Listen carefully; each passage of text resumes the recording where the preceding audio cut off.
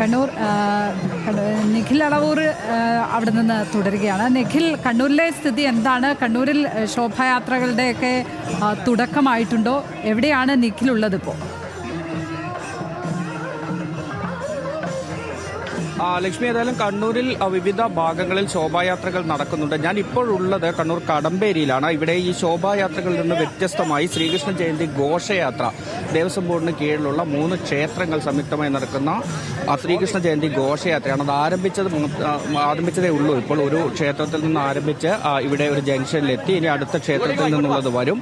നമുക്കൊരുപക്ഷെ ദൃശ്യങ്ങൾ കാണാം. ഇവിടെ ഈ ഉറിയടി പോലുള്ള ഈ സ്ഥിരം കാഴ്ചകളുണ്ട് കൃഷ്ണ ജയന്തിയുമായി ബന്ധപ്പെട്ട, അല്ലെങ്കിൽ ശ്രീകൃഷ്ണന്റെ ഐതിഹ്യവുമായൊക്കെ ബന്ധപ്പെട്ട അത്തരം കാര്യങ്ങൾക്ക് വേണ്ടിയുള്ള ഒരുക്കങ്ങളൊക്കെ നടക്കുകയാണ്. ഏതായാലും ഒരു ക്ഷേത്രത്തിൽ നിന്ന് വന്ന് ക്ഷീണം പിടിച്ച് റോഡിലിരിക്കുന്ന ഗോപികമാരെയും കണ്ണന്മാരെയും ഒക്കെ നമുക്ക് കാണാം. അവർ ആ ഒരു ക്ഷേത്രത്തിൽ നിന്ന് ആരംഭിച്ച ഘോഷയാത്രയാണ്. അതിങ്ങനെ നടന്നു വന്ന് അവരിപ്പോൾ ഈ ഒരു ജംഗ്ഷനിൽ എത്തിയപ്പോൾ അവർ വിശ്രമിക്കുകയാണ്. വെള്ളം കുടിക്കുകയും ബിസ്ക്കറ്റ് കഴിക്കുകയൊക്കെ ചെയ്യുന്ന കണ്ണന്മാരെയും ഗോപികമാരെയും ഒക്കെ കാണാം. ഏതായാലും ഈ ജംഗ്ഷനിൽ ഇനിയിപ്പോൾ അല്പസമയത്തിനകം ഉറിയടി പോലുള്ള ഈ ആഘോഷങ്ങളുടെ ഭാഗമായുള്ള പല കാര്യങ്ങൾ നടക്കും. മാത്രമല്ല നിരവധി നിശ്ചല ദൃശ്യങ്ങൾ ഉൾപ്പെടെ ഉണ്ട്. ഇവിടെ മറ്റൊന്ന് ഏറ്റവും പ്രധാനപ്പെട്ട എടുത്ത് പറയേണ്ടത് ഈ ഘോഷയാത്ര, ഇതിപ്പോൾ ഞാൻ നേരത്തെ പറഞ്ഞതുപോലെ ദേവസ്വം ബോർഡിന് കീഴിലുള്ള 3 ക്ഷേത്രങ്ങളുടെ ആഭിമുഖ്യത്തിലാണ് ഇത് നടക്കുന്നത്.